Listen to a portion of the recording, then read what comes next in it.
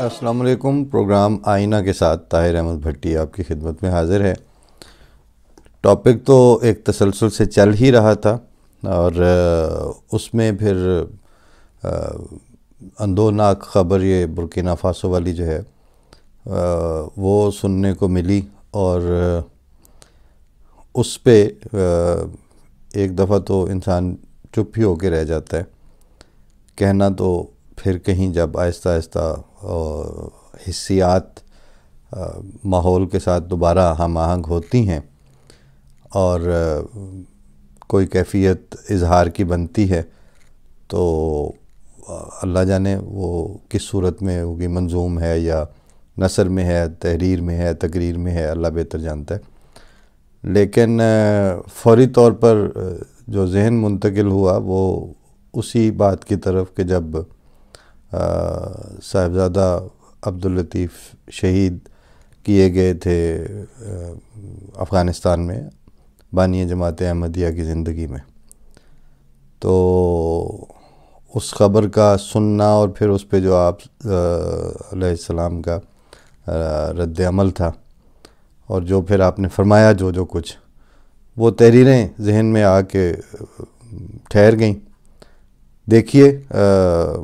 اصل میں تو ایسے کسی واقعے کے اوپر جو طبیعتوں کو تسکین ملتی ہے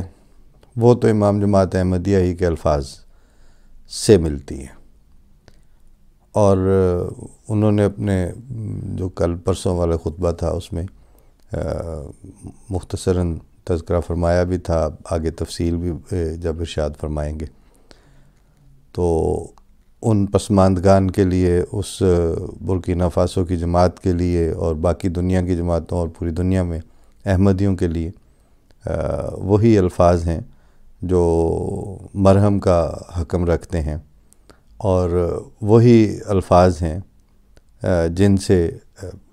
پالیسی ڈرائیو ہوتی ہے، وہی الفاظ ہیں جو طے کرتے ہیں کہ آگے کیا ہوگا اور کیسے ہوگا. باقی اپنی اپنی جگہ پہ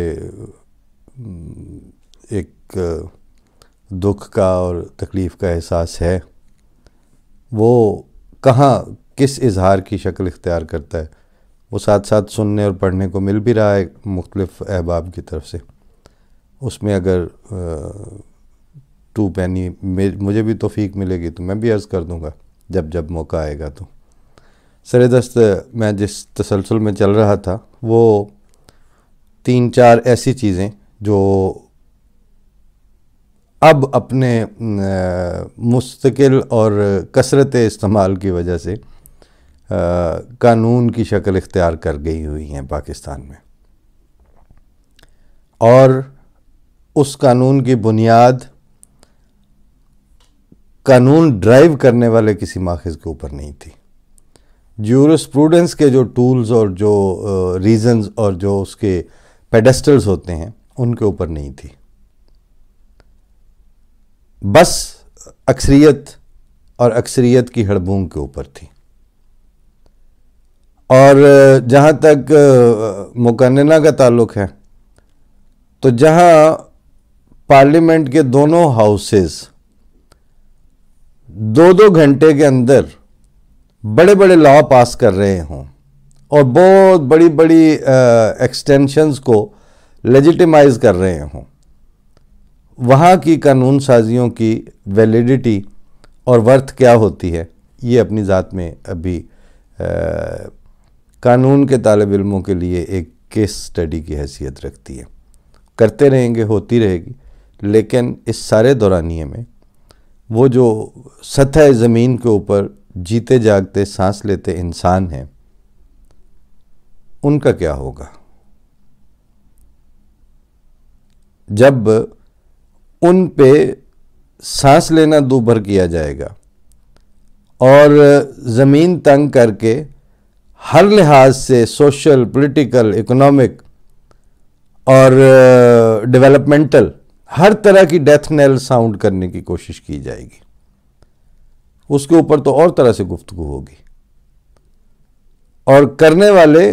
کھلی بددیانتی کا مظاہرہ کر رہے ہوں گے، کرنے والے اوپن لا قانونیت پہ اترے ہوئے ہوں گے۔ صرف قانون اور قانون نافذ کرنے والے ادارے، ان کے ایک ہی ملک میں 50 قسم کے ورژن ہوں اور وہ سارے آپس میں میچ نہ کر رہے ہوں، تو صرف دبانے کی اسٹریٹجی ہے نا، اور ظلم کرنے کے لیے سافٹ ٹارگٹ ہیں جو ان کو چاہیے ہوتے ہیں۔ سوال یہ پیدا ہوتا ہے کہ دن دہاڑے بڑے بڑے جلوسوں کی شکل میں حملہ کر کے اور کھیتوں میں یونیفارمڈ قانون نافذ کرنے والے اداروں کے افراد کی لاشیں پھینک دی جائیں مار کے، اور پوری کیبنٹ جو ہے وہ ان سے مذاکرات کرنے بیٹھی ہو، کیا وجہ ہے؟ صرف اس لیے کہ جناب ان کی نوئسنس ویلیو جو ہے وہ زیادہ ہے، صرف اس لیے کہ وہ آپ کے لیے لا اینڈ آرڈر کا مسئلہ کریٹ کر سکتے ہیں۔ تو آپ نے اس وقت قانون اور ریاست کے سٹینڈ کو موم کی ناک بنا لیا۔ ریاست کے یونیفارمڈ سینئر موسٹ ٹاپ براس جسے کہتے ہیں، وہ ان لوگوں کے ہاتھ میں پیسوں کے لفافے بانٹتی پھر رہی ہو جنہوں نے پچھلا ہفتہ 2 ہفتے کیپٹل کو یرغمال بنا لیا ہوا۔ کہاں رہ گیا اس وقت قانون اور قانون کے نفاذ، پبلک انٹرسٹ؟ 2.5-3 لاکھ کا مجمع کراچی میں پوری سڑکیں اور گلیاں جیم کر دے، اور وہاں گفتگو ہو رہی ہو کہ اب ان کے ساتھ مذاکرات کیسے ہونے ہیں، اور ان کا سٹینڈ 100% غیر قانونی ہو، ان کی حرکات 100% غیر قانونی ہو۔ ایسا نہیں ہو سکتا۔ قانون کہتے ہی اس چیز کو ہیں جو سب کے لیے برابر ہوتا ہے، آئین کہتے ہی اس چیز کو ہیں جو پورے اس خطہ ارض کے لیے، ان جیوگرافیکل باؤنڈریز کے لیے سب کے لیے ایک جیسے حقوق عطا کرتا ہے۔ جو ان 2 پایہ ہائے اعتبار سے ساکت چیز ہو، وہ نہ آئین ہوتی ہے اور نہ قانون ہوتی ہے۔